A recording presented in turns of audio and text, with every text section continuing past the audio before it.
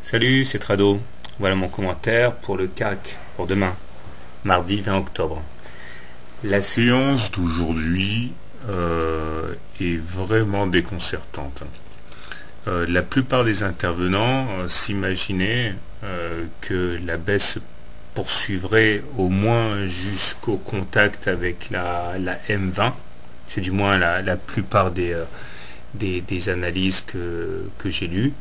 Mais force est de constater que ça ne veut pas baisser. Chaque impulsion baissière donne l'occasion à ceux qui étaient en retard de pouvoir racheter à bon compte et l'indice parisien repart de l'avant. C'est encore ce qui s'est passé aujourd'hui et on voit que le CAC parvient à se hisser à nouveau au-dessus de la M7 qui elle-même a une pente très fortement croissante, ce qui montre la performance quand même. Donc on est au-dessus de la M7 et on est au-dessus de la M20 qui elle-même est croissante.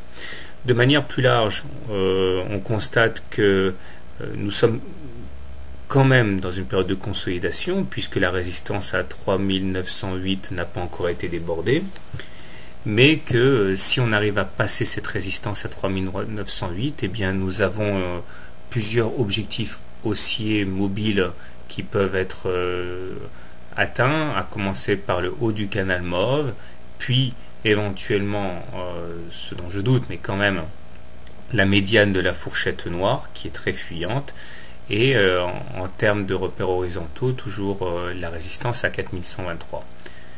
Mais on n'y est pas. Donc un petit coup d'œil au niveau des indicateurs techniques montre que le stochastique croise effectivement et confirme son croisement de signal, mais tout en restant bien orienté, car quasiment dans la zone de surachat. Le momentum fait du flat, tandis que le MACD, et c'est tout à fait significatif, nous gratifie d'un non-croisement, ce qui est très souvent annonciateur d'une période violente de hausse. Donc, comment trader pour demain?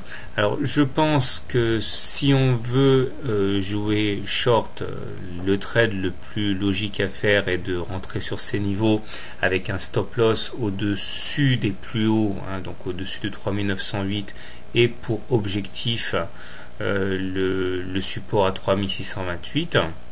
Si on pense que c'est la fin de la hausse.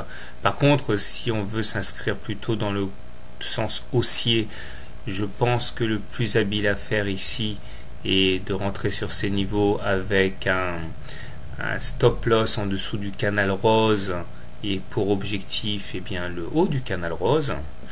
Quant à moi, je vais privilégier un trade haussier également, mais un trade technique dynamique avec en espérant rentrer au contact de la M20 avec pour objectif la Bollinger supérieure.